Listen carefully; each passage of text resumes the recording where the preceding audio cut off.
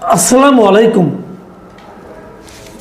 প্রিয় দর্শক, এইচএসসি পরীক্ষা নিয়ে গত দুদিনে যা কিছু ঘটল তার মাধ্যমে কিন্তু আমাদের সোসাইটির আসলে মানসিক স্থিতিটা কোথায়, মানে মেন্টাল স্ট্যাটাসটা কোথায় এই সমাজের, সেটা আমার কাছে যেন মনে হয় আমাদের কাছে আরেকবার পরিষ্কার হয়ে গেল। ছাত্রছাত্রীর প্রতি প্রশাসন বা সরকারের দায়বদ্ধতা কতটুকু, বিপরীত দিকে আমাদের যারা শিক্ষার্থী আছেন তাদের চিন্তা ভাবনা এবং সেই চিন্তা ভাবনার প্রকাশের ভঙ্গিটা কী ধরনের সেটাও আমরা দেখতে পেলাম। এবং এই দুটো মিলিয়ে আমরা কি খুব আশান্বিত হতে পারলাম আমাদের ভবিষ্যৎ নিয়ে? আমার কিন্তু সন্দেহ আছে। দেখুন, শিক্ষামন্ত্রীর আচরণ কর্মকাণ্ড নিয়ে গতকালকে আমি একটা কন্টেন্ট করেছিলাম। উনি যা কিছু করেছেন, যেভাবে কথা বলেছেন, যে সমস্ত সিদ্ধান্ত নিয়েছেন, এর অনেকগুলোই আমরা মনে করি যে ব্যাপক সমালোচনার মুখে পড়তে পারে। অনেকগুলো নিয়ে আমার কাছে মনে হয়নি যে উনি খুব দায়িত্বশীলতার পরিচয় দিয়েছেন। এটা একদম সঠিক কথা। উনি প্রশ্নপত্র নিয়ে ফিজিক্স পরীক্ষার দুটো প্রশ্নেই ভুল ছিল। সেই ভুল প্রশ্নের জন্য যে অজুহাত দিলেন, যেটা আগে সরকার করে গিয়েছিল, এটা আমার কাছে খুবই হাস্যকর মনে হয়েছে। কারণ একটা পরীক্ষা হবে যে বছর, তার এক বছর আগে কি তার প্রশ্নপত্র হয়? যদি হয়, যদি সেটাই নিয়ম হয়, তাহলে আমি মনে করি সেই নিয়ম পাল্টানোটা খুব জরুরি। আচ্ছা, একটা কথা বলেন, যে পরীক্ষাগুলি স্থগিত হয়ে গেল, এগুলো তো কদিন পর আবার হবে, তো তখন প্রশ্নপত্র আপনি কীভাবে বানাবেন? আপনি তো 7 দিন 10 দিনের মধ্যে প্রশ্নপত্র বানাবেন। এখন যদি আপনি 7 দিন 10 দিনের মধ্যে প্রশ্নপত্র বানাতে পারেন, তাহলে মূল পরীক্ষাটা বানাতে পারেন না কেন? এটাকে কেন 1 বছর আগে আপনাকে বানাতে হয়েছে? এগুলি কিন্তু জরুরি প্রশ্ন। এই প্রশ্নের উত্তর আমাদের এই মন্ত্রী কি করে দিবেন আমি জানি না। উনি জাতীয় সংসদে একটা কিছু বলে দিলেন, এবং সেই বলাটা আসলে যুক্তিগ্রাহ্য হলো কিনা, ধোপে টিকলো কিনা, এটা নিয়ে আলোচনা করা দরকার। আর যদি এমনই হয় যে এটা 1 বছর আগে প্রশ্নপত্র তৈরি করতে হয়, তাহলে সেই সিস্টেমটাকে পাল্টাতে হবে। আবার সরকার কিন্তু সব কিছু মিলিয়ে একটা সিদ্ধান্ত দিয়েছেন। ওনারা 5টা সিদ্ধান্ত দিয়েছেন। আমি সিদ্ধান্তগুলো দেখেছি, মোটামুটি আমার কাছে ভালোই মনে হয়েছে। তবে যে সিদ্ধান্তটা সবচেয়ে জরুরি, সেটা হলো গিয়ে, যদি এরপরেও আগামী পরীক্ষাগুলি হওয়ার সময় যদি কোনো ধরনের জলাবদ্ধতা হয়, যদি আবহাওয়াজনিত জটিলতা হয়, তাহলে ওখানকার যে স্থানীয় প্রশাসন আছে তারাই চাইলে পরে সেই পরীক্ষার মানে আপনার সময়সীমা স্থগিত করতে পারবে, তো পরবর্তী কখনো নিতে পারবে। এই সিদ্ধান্তটা মোটামুটি ভালো, কিন্তু এতে অনেক ঝামেলা আছে। এরকম স্থানীয় প্রশাসন কিভাবে সিদ্ধান্ত নেবে, এবং সেই সিদ্ধান্ত নেওয়ার পর সেটা আবার নতুন করে কিভাবে হবে, প্রশ্নপত্র আগেরটা ভালো না পরেরটা ভালো হবে, এগুলো নিয়ে কিন্তু নানা ধরনের বিতর্ক হবে। সবচেয়ে বড় ঝামেলা যেটা হয়েছে সেটা হলো যে এইচএসসি এবং এসএসসি পরীক্ষা, ভাই আমরাও তো দিয়েছি না, আমরা সারা জীবন দেখে এসেছি। এই পরীক্ষাটা হয় ফেব্রুয়ারি, মার্চ, এপ্রিল, এই 3 মাসের মধ্যে হয়। এটা জুলাই মাসে কি করে এলো, এটা আমি এখনও পর্যন্ত বুঝতে পারি না। জুলাই মাসটা আমাদের দেশে সবসময় বর্ষাকাল, এই সময় কেন এই পরীক্ষাটাকে আনা হলো, এটা আমার কাছে এখন পর্যন্ত ক্লিয়ার না। যাক, এই সমস্ত বিষয়ে সরকার অবশ্যই সিদ্ধান্ত নেবে। এবং সরকার বলেছে যে যে দুটো প্রশ্ন ভুল হয়েছে, সেই দুটো প্রশ্ন ফুল মার্কস সবাইকে দেওয়া হবে। আমি মনে করি এই সিদ্ধান্তটা একটা ভুল সিদ্ধান্ত। যে প্রশ্নের সে আনসার করেনি, সেটাকে আপনি ফুল মার্কস দিবেন কেন? তাহলে অনেক স্টুডেন্ট কিন্তু, এখন আমি যতটুকু দেখেছি গত 2 দিনে যে আন্দোলনে, অনেকে কিন্তু অটো পাস চেয়েছে। দেখুন, এই অটো পাস চাওয়ার চিন্তাটা মাথার মধ্যে ঢুকলো কেন? একবার ভেবেছেন? ঢুকলো এই কারণে যে আগের সরকার এ ধরনের একটা পদ্ধতি তারা করেছিল, চাপের মুখে তারা অটো পাস দিয়ে দিয়েছিল স্টুডেন্টদের, চাপের মুখে। তাদের কাছে স্টুডেন্টরা ছিল সব কিছু, ওরাই ছিল ডক্টর ইউনূসের নিয়োগকর্তা, অতএব তারা দিয়েছিল। তো এই যে মানে ডক্টর ইউনূস যে আমাদের কতভাবে কত ক্ষতি করে গেছে, সেটা আমরা ধীরে ধীরে এখন বুঝতেছি, হয়তো আগামী দিনগুলিতেও বুঝতে থাকবো। এবং এই অটো পাস চাওয়ার যে প্রবণতাটা, এই যে চিন্তাটা মাথার মধ্যে ঢুকেছে যে আমি পরীক্ষা দিব না কিন্তু আমি পাস হয়ে যাব, এই চিন্তাটাই হলো সবচেয়ে ভয়ঙ্কর ক্ষতিকর একটা চিন্তা। এবং এই চিন্তার বাস্তবায়নের জন্য এই স্টুডেন্টরা কি করছে? এই স্টুডেন্টরা রাস্তা ব্লক করে দিচ্ছে, সচিবালয়ে যাচ্ছে, পদযাত্রা করছে। এই আগের বছরও এরকম হয়েছিল, তারা করছে। এবং সবচেয়ে বড় কথা, তারা মন্ত্রীর পদত্যাগ চাচ্ছে। দেখুন, আমি আগেই বলেছি যে প্রশ্ন নিয়ে পরীক্ষা ইয়ার মধ্যে, এই প্রতিকূল আবহাওয়ার মধ্যে পরীক্ষা নিয়ে অবশ্যই আমাদের শিক্ষামন্ত্রী কিছু ভুল করেছেন, কোনো সন্দেহ নাই। ঠিকঠাক মতো প্রশ্নপত্র না হওয়াটাও আমি ওনার ভুলের মধ্যে ধরবো, কারণ উনি দায়িত্বপ্রাপ্ত ব্যক্তি, উনি করতে পারেন না, অথবা ওনার মন্ত্রণালয়ের এটা ভুল, অবশ্যই বলবো। কিন্তু তার প্রতিকার কি? তার পদত্যাগ। এবং সেই পদত্যাগ কি স্টুডেন্টরা চাইবেন? স্টুডেন্টদের চাওয়ার ভঙ্গিমা আপনারা দেখেছেন। আমার মনে হয় যারা সোশ্যাল মিডিয়ায় দেখেন তারা নিশ্চয়ই দেখেছেন যে তারা কি ভাষায় শিক্ষামন্ত্রীর প্রতিবাদ করেছে, পদত্যাগ চেয়েছে। শিক্ষামন্ত্রী দুঃখ প্রকাশ করেছে। একটা নারী, একটা মেয়ে দেখলাম, বাচ্চা একটা মেয়ে, সে বলতেছে শিক্ষামন্ত্রীর দুঃখ প্রকাশ ধুইয়া কি আমি পানি খাবো? কি ল্যাঙ্গুয়েজ! এরকম ভুল কি আগে হয়নি? তখনও কি এই ল্যাঙ্গুয়েজ প্রয়োগ করা হতো? একটা মেয়েকে দেখলাম যে মানে সে কি অশ্লীল ভাষায় শিক্ষামন্ত্রীকে গালাগালি করছে, তিনিও পরীক্ষার্থী।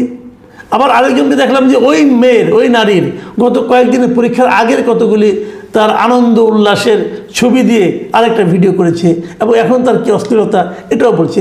এদের ভাষার কোনো ঠিক ঠিকানা পাচ্ছি না আমি। একটা এইচএসসি পরীক্ষার্থী, তার ভাষা এমন হবে কেন?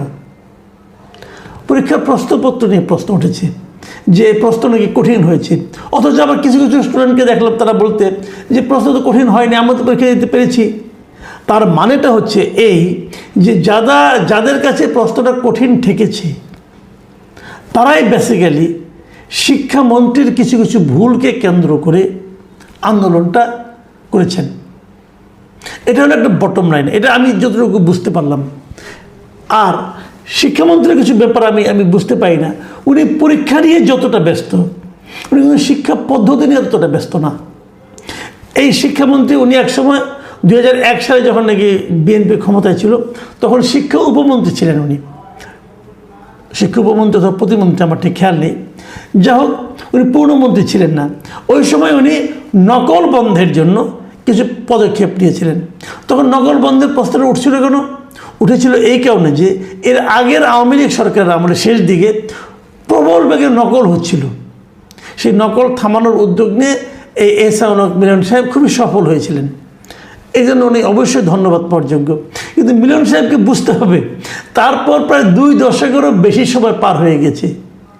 এখন কিন্তু দুনিয়া অগ্রসর হয়েছে, শিক্ষা পদ্ধতি অগ্রসর হয়েছে, শিক্ষার মাধ্যম অগ্রসর হয়েছে, যোগাযোগ মাধ্যম অগ্রসর হয়েছে। এখন আমাদের শিক্ষা ব্যবস্থার, আমাদের শিক্ষার প্রধান সমস্যা পরীক্ষা নয়, প্রধান সমস্যা শিক্ষা পদ্ধতি। আপনি খবর নিলে জানবেন, পৃথিবীর সবচেয়ে ভালো শিক্ষা ব্যবস্থা বলা হয়ে থাকে ফিনল্যান্ডের। ফিনল্যান্ডে শিক্ষাটা শুরু হয় 7 বছরের আগে না। 7 বছর আগে কেউ স্কুলে তারা নেয় না, 7 বছরের পর থেকে নয়। এবং সেই স্টুডেন্টের বয়স 18 হওয়ার আগ পর্যন্ত তাকে সিরিয়াস কোনো পরীক্ষায় বসতে হয় না, তাকে সিরিয়াস কোনো পরীক্ষায় বসতে হয় না। এবং তারা যখন স্কুল করেন, ক্লাস করেন, সেই ক্লাসে তারা ম্যাক্সিমাম থাকেন 4 ঘন্টা, মানে 4 ঘন্টা তাদের ক্লাস হয়। এই যে ব্যবস্থা, এটা আমাদের দেশের সঙ্গে খাপ খাবে? আমরা ভাবলো বলে কি এত কম সময় পড়াশোনা করে পরীক্ষা ছাড়া কেমনি গেলে ভালো করবে, এই যে বলি না আমরা। অথচ দেখেন, ফিনল্যান্ডকে বলা হয় পৃথিবীর 1 নম্বর শিক্ষা ব্যবস্থা, এবং তারা ম্যাথে, সায়েন্সে এবং মানে ভাষাবিদ্যায় তারা কিন্তু পৃথিবীতে 1 নম্বর এই মুহূর্তে। তা আমরা 1 নম্বর থেকে শিখবো না কার কাছ থেকে শিখবো? আমি মনে করি আমাদের শিক্ষা ব্যবস্থার সবচেয়ে বড় ভয়ঙ্কর যে সমস্যা, সেটা হলো কোচিং সেন্টার, টিউশন। স্কুলের টিচাররা টিউশন করেন, ওনার বাসায় উনি একটা বড় রুম নিয়ে সেখানে ব্যাচে স্টুডেন্টদেরকে পড়ান। ওনার ক্লাসে যারা পড়ে তারা আবার এখানে সে ব্যাচে পড়ে। তার মানে ব্যাচে না পড়লে সে ক্লাসে পড়তে পারবে না, সে ক্লাসে ফেল করিয়ে দেওয়া হবে। এই যে প্রাইভেট টিউশন করানো, ব্যাচে পড়ানো, কোচিং সেন্টারে পড়ানো, এটা হলো আমাদের শিক্ষা ব্যবস্থার সবচেয়ে বড় সমস্যা। আমি এটা মনে করি সরকার এত কিছু পারে, কোচিং সেন্টার বন্ধ করে দেন না কেন? যদি কোচিং সেন্টারে ভালো পরীক্ষা হয়, ভালো পড়াশোনা হয়, তাহলে স্কুল বন্ধ করে দেন, কলেজ বন্ধ করে দেন, তাহলে সবাই কোচিংয়ে পড়ুক। এই কোচিং হলো সবচেয়ে বড় বিস্ফোরা। এটাকে যতদিন বন্ধ করতে না পারবেন ততদিন আপনি শিক্ষা ব্যবস্থা করে পরিবর্তন আনতে পারবেন না। পরীক্ষা কমাতে হবে। সারা দুনিয়াতে এখন পরীক্ষা, এহসানুল হক মিলন সাহেব বলেন উনি আমেরিকান স্টাইলে পড়াশোনা করাবেন আমাদের দেশের লোকজনকে। আমেরিকায় কি এভাবে পড়াশোনা হয়? মিলন সাহেব তো একসময় আমেরিকার নাগরিকও ছিলেন। যদ্দূর শুনেছি কেউ কেউ বললো, দেখলাম সোশ্যাল মিডিয়ায়, ওনার ছেলে মেয়েরা নাকি আমেরিকায় থাকেন, ওনার সন্তানরা। তাহলে ওনাদেরকে জিজ্ঞাসা করেন না আমেরিকায় কি আমাদের মতো এরকম মুখস্থ পরীক্ষা হয়? আমাদের আমেরিকায় কি আমাদের মতো এরকম কোচিং সেন্টার কেন্দ্রিক পড়াশোনা হয়? এটা খবর নেন না আপনি। পারলে কোচিং সেন্টার বন্ধ করেন। পারবেন না, আমি আপনাকে চ্যালেঞ্জ দিয়ে বলছি আপনি পারবেন না। কারণ কোচিং সেন্টারের সঙ্গে এত টাকা জড়িত এবং সেই টাকার ভাগ এত এত জায়গায় যায়, আপনি নিজে পান কিনা আমি জানি না, পাওয়ার কথা। এত এত জায়গায় যায় যে কোচিং সেন্টারের সঙ্গে সবার স্বার্থ জড়িত। কোচিং সেন্টারকে বন্ধ করতে পারবেন না।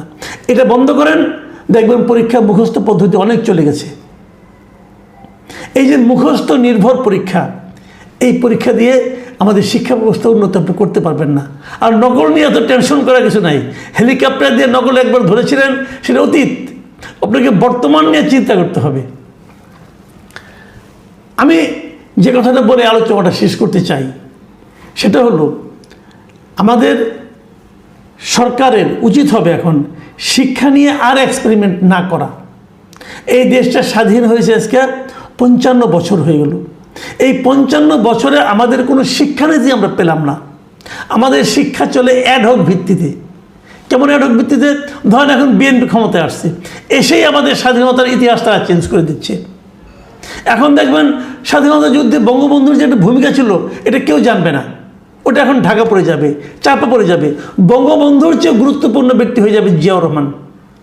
আবার যখন নাকি আওয়ামী লীগ এসেছিল 2009 সালে, তারা এসে কী করেছিল? জিয়াউর রহমান নামে যে একজন সেক্টর কমান্ডার ছিল, উনি যে একসময় বঙ্গবন্ধুর স্বাধীনতার ঘোষণাও দিয়েছিলেন প্রথম বেতারে, সেটাও তারা ঢেকে দিয়েছিল। সেই সময় দেখা গিয়েছিল এক বঙ্গবন্ধু ছাড়া আর কেউ নাই, তাজউদ্দিন তারাও সব নাই। তো এই যে মানে আপনার সরকার পরিবর্তনের সঙ্গে সঙ্গে যে শিক্ষার নীতির পরিবর্তন হওয়া, পাঠ্য বইয়ের পরিবর্তন হওয়া, এই পুরো জিনিসটা আমি মনে করি আমাদের শিক্ষা ব্যবস্থার সবচেয়ে বড় ক্ষতিকর বিষয়। কারিকুলাম যদি রাজনৈতিক দলের ইচ্ছা অনিচ্ছার উপর নির্ভর করে, তাহলে সেই শিক্ষা দিয়ে আপনি অগ্রসর হতে পারবেন না। ভাবুন তো একটা জিনিস, গত 15 বছর যারা পড়াশোনা করেছে, গত 15 বছর তারা যা শিখেছে,